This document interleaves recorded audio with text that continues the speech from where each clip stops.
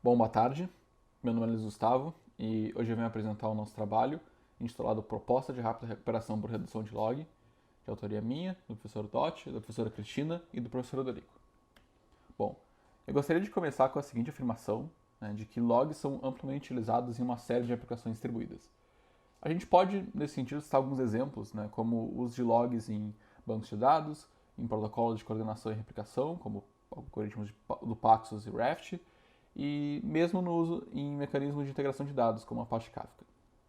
Porém, então, os logs são amplamente utilizados. Por que reduzir logs?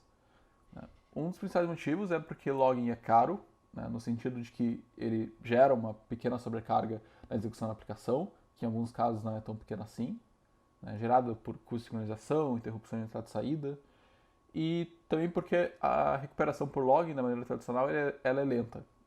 Ela compromete a disponibilidade da aplicação, uma vez que necessita reexecutar todos os comandos para a obtenção de um estado consistente.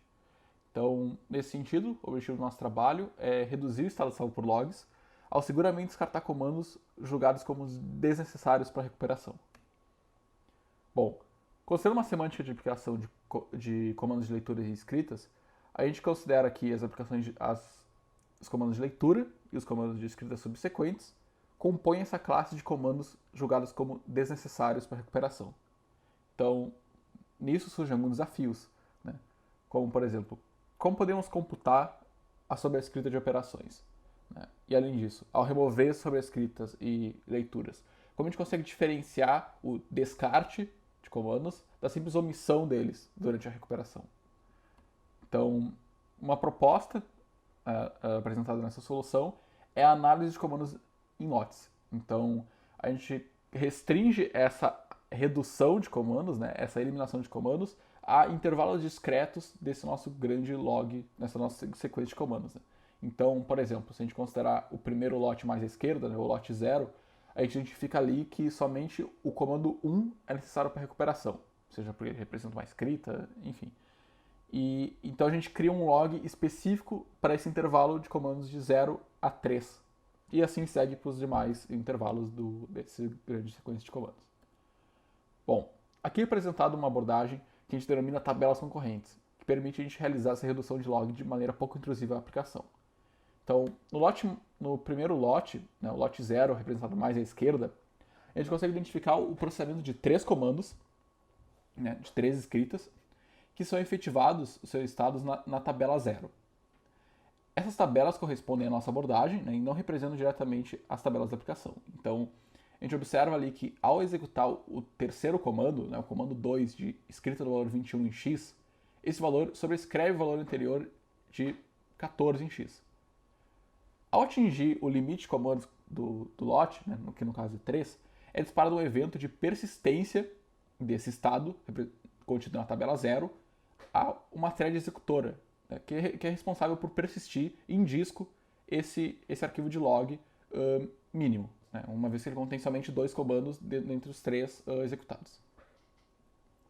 O mesmo em si é executado para os demais lotes da aplicação, que a gente percebe ali que dessa vez é persistido somente um log com a escrita do valor 34 em z.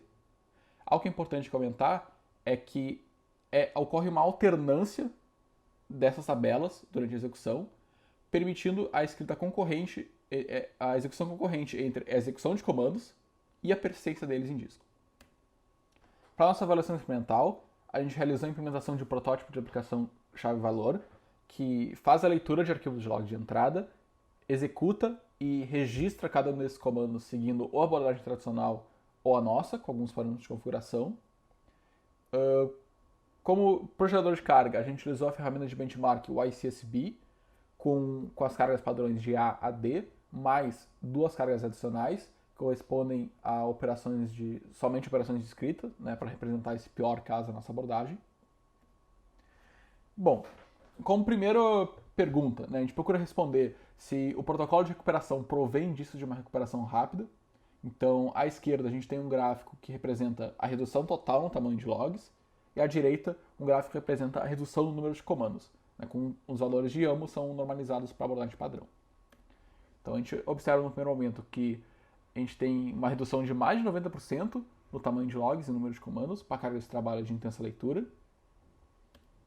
A gente também tem um efeito interessante que para carga de trabalho de intensa escrita, né, de somente escrita, e com acesso frequente, né, onde registros recém-utilizados são frequentemente acessados, né, a gente tem um certo benefício com o acréscimo do lote para a identificação dessa subsequência de escritas. Nesse segundo estudo, a gente procura avaliar o impacto da nossa abordagem na aplicação. Né? Nesse primeiro gráfico, a gente está avaliando a sobrecarga em termos de latência. Então, no primeiro ponto, a gente observa que para toda a escala de trabalho, a gente acaba, assim, pagando um pouco mais em latência do que a abordagem tradicional, né? Aproximadamente 30%.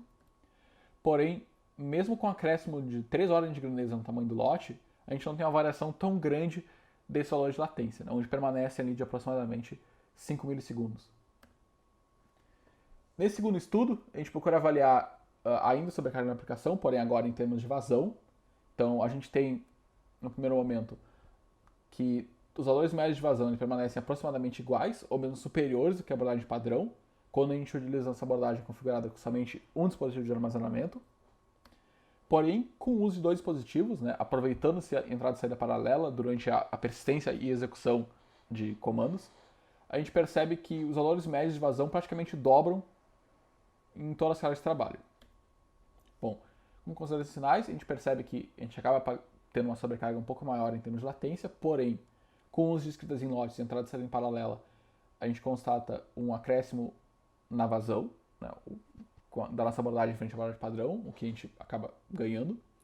E a gente observa também que, analisando os arquivos de log gerados, a nossa técnica é capaz de entregar um log de aproximadamente 20% menor em tamanho e com 50% menos comandos, considerando uma carga balanceada, né, de 50% de leituras e escritas. Bom, então era isso. Muito obrigado. Estou aberto a dúvidas.